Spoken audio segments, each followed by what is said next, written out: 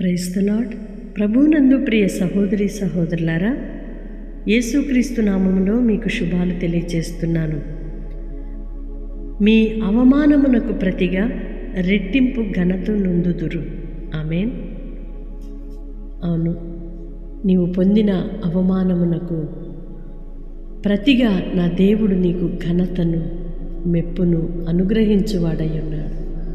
మనుషులు నిన్ను అవమానపరిచినప్పుడు, వారు నిన్ను చిన్న చూపు చూసినప్పుడు, నిన్ను బాధపరిచినప్పుడు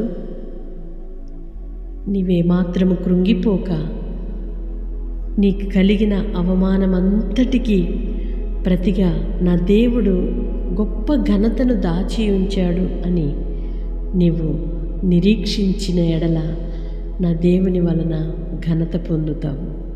అట్టి కృప ప్రభు దయచేయునుగాక.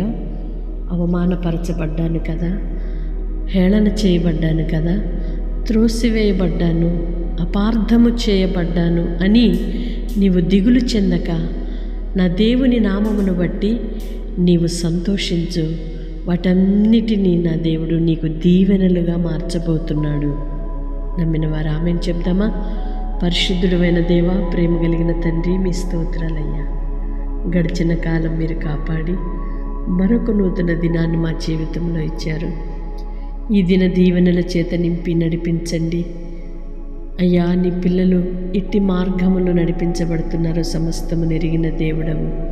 వారు పొందుచున్న అవమానమునకు ప్రతిగా ఘనతను కలుగు చేయండి. రెట్టింపు గౌరవానికి పాత్రులుగా చేయమని వేడుకుంటున్నాం. మీ స్తోత్రాలు చెల్లిస్తున్నాం.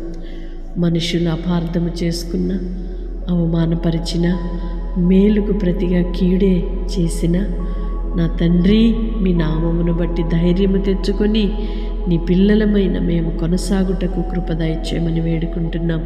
మీ స్తోత్రాలు చెల్లిస్తున్నామయ్యా. ఎందరైతే నాయనా అట్టి అవమానకరమైన మార్గాలలో నా తండ్రి నడిపించబడుతున్నారో జ్ఞాపకం చేసుకోండి. వారిని మీ కృపతో నింపండి, ఆదరించండి, ధైర్యపరచండి. ఏ పరిస్థితిని బట్టి, ఏ మనుషుల మధ్య వారు అగౌరవపరచబడ్డారు, అవమానించబడ్డారు, హేళన చేయబడ్డారు, వారి కన్నుల ఎదుట నీ పిల్లలను గణపరిచి మీ నామానికి మాత్రమే మహిమ పొందుమని యేసయ్య నామములో ప్రార్థిస్తున్నాను తండ్రి. ఆమేన్. దేవుని కృప మీకు తోడయ్యుండునుగాక. మీ బాధ, దుఃఖము, నిట్టూర్పు అంతయు నా దేవుడు తొలగించి గొప్ప సంతోష, సమాధానము, ఘనతను మీకు అనుగ్రహించునుగాక. ఆమేన్.